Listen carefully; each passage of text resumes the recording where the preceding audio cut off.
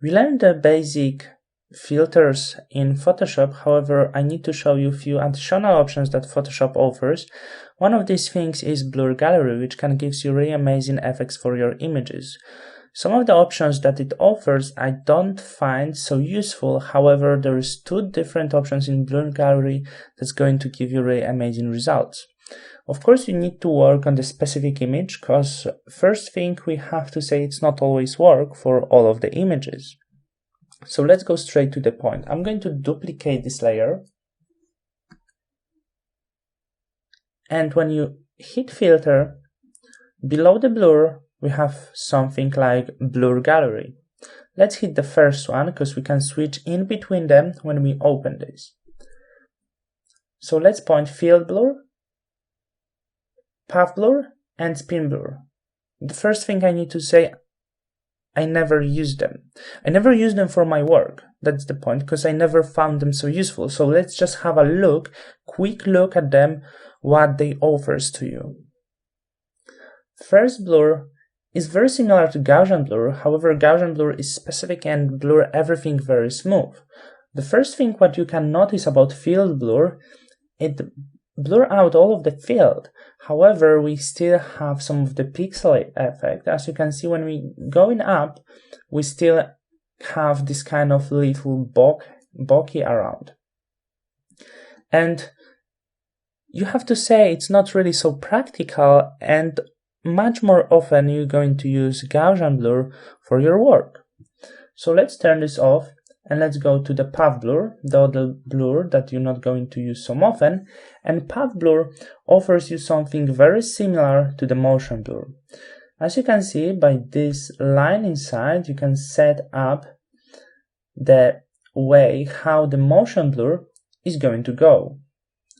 Also, to set the stronger motion, you can set up the speed. The more you're going to bring up, the more blur you're going to get. So let's drag this down, and also by this line over here you can make this line curve to set the direction of your motion. So yes, it offers you a bit more option than just a motion blur. However, except the graphics, you cannot find much use of it. Let's turn this off. The last will be spin blur, and the working you can actually notice very easily. Spin blur blurs out everything what's around. It's rolling inside. However, the central point never will be so blurred, because it works pretty much like motion blur, but just rolling this around. So the central point won't be so blurry. However, when we pull this up, it's getting a bit more blurry because it's affecting the stronger areas. So once again, I think except some abstract photography, I wouldn't use this.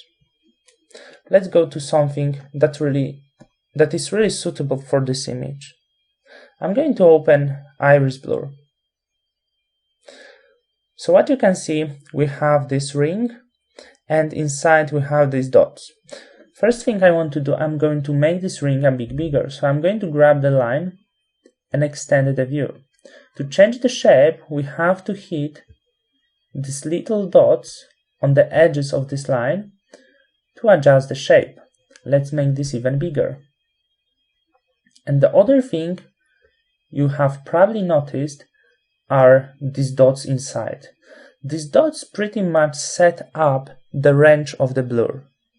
You see, this area inside is not affected by our blur. This area outside is totally affected by the blur. This area between the edge and these dots is the area where we have the smooth dissolve between blur and not blurred area. So when I'm going to make this range smaller, we're going to get soften dissolve between not blurred and blurred area.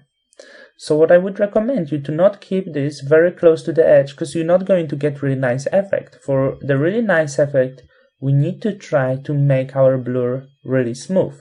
What I want for this image, I want to keep only this central point not affected by blur.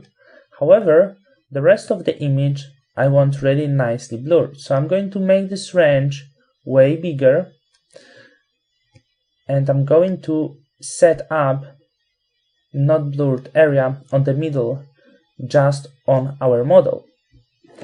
Also, I'm going to bring up some of the blur to around 20. I never use this more than 20 because usually it's giving you not such a nice effect. Of course, I gave sometimes 25, but I'm never go more than 20-ish numbers.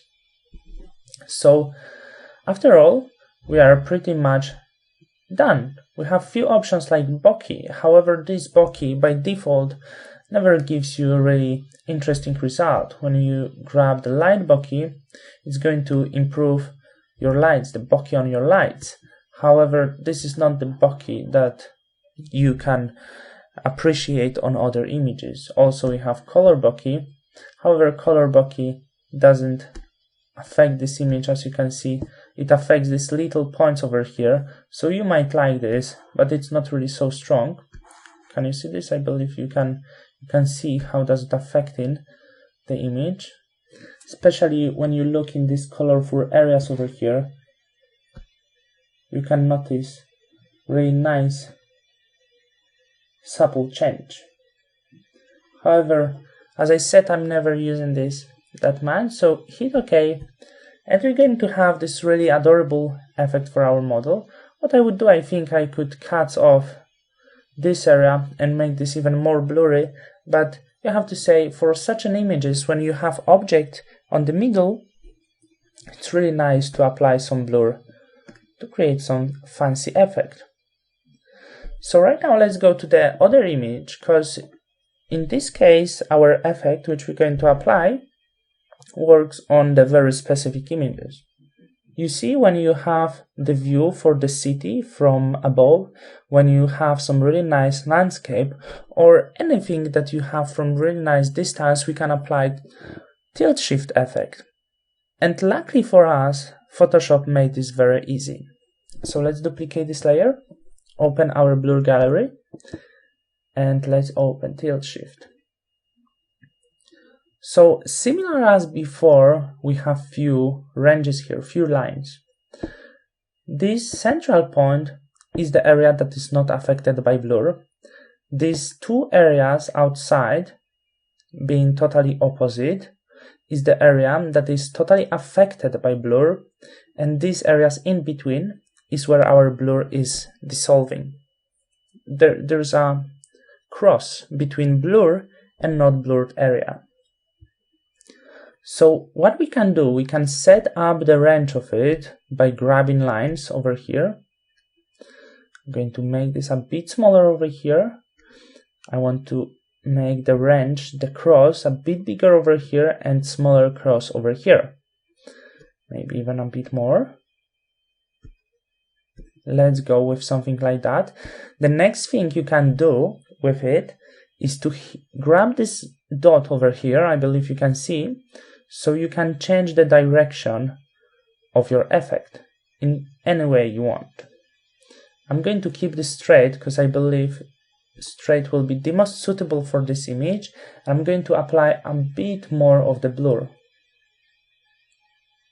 After this, I'm just going to hit OK. Of course, it's progressing right now. And here we are. As you can see, before we just had an image of the New York City. However, before, it looks like the toy project of New York City. You have to say that's the tilt shift effect, of which maybe you heard in the past, but with Photoshop, applying this effect is super easy.